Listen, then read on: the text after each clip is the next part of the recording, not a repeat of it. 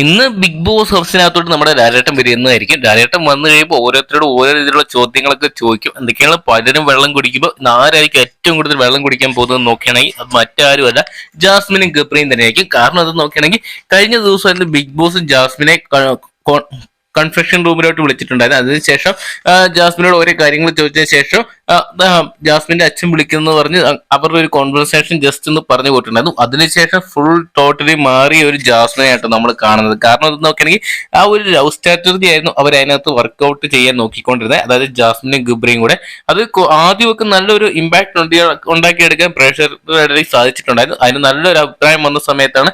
എന്നാൽ അതേ സമയത്ത് ഇവരുടെ ഇത് ഒത്തുകളിയാണ് അതെങ്കിൽ ബാഡ് ഇമേജ് ക്രിയേറ്റ് ചെയ്യുന്നൊരു കാര്യം മനസ്സിലാകുന്നുണ്ടായിരുന്നു. ഈ ഒരു കാര്യം നമ്മുടെ ജാസ്മിന്റെ വാപ്പ് വഴി ജാസ്മിൻ അറിഞ്ഞോ ഇല്ലയോ എന്ന് അറിയത്തില്ല. എന്തൊക്കെയുള്ളൂ ആ ഒരു കൺഫെക്ഷൻ റൂമിൽ പോയിട്ട് വന്നതിന് ശേഷം അടിമുടി മാറിയ ജാസ്മിനെയാണ് നമ്മൾ പിന്നെ കാണുന്നത്. അതിനുശേഷം ഗബ്രിയുമായിട്ട് ഒരു അകൽച്ച വരെ ഇട്ടിട്ടുണ്ടായിരുന്നു. അപ്പൊ അതുകൊണ്ട് തന്നെ എനിക്ക് തോന്നുന്നു ആ ഒരു അതും പ്രേക്ഷകരെല്ലാം തന്നെ അതിനെടുത്ത് ചോദ്യം ചെയ്യുകയും നമ്മുടെ ആ ഒരു അതായത് ജാസ്മിന്റെ വാപ്പയ്ക്ക് അസുഖമായിരുന്നു അതിങ്ങനെ പറഞ്ഞ കുറെ പ്രശ്നങ്ങൾ കരച്ചിലൊക്കെ നമ്മൾ കണ്ടാണ്.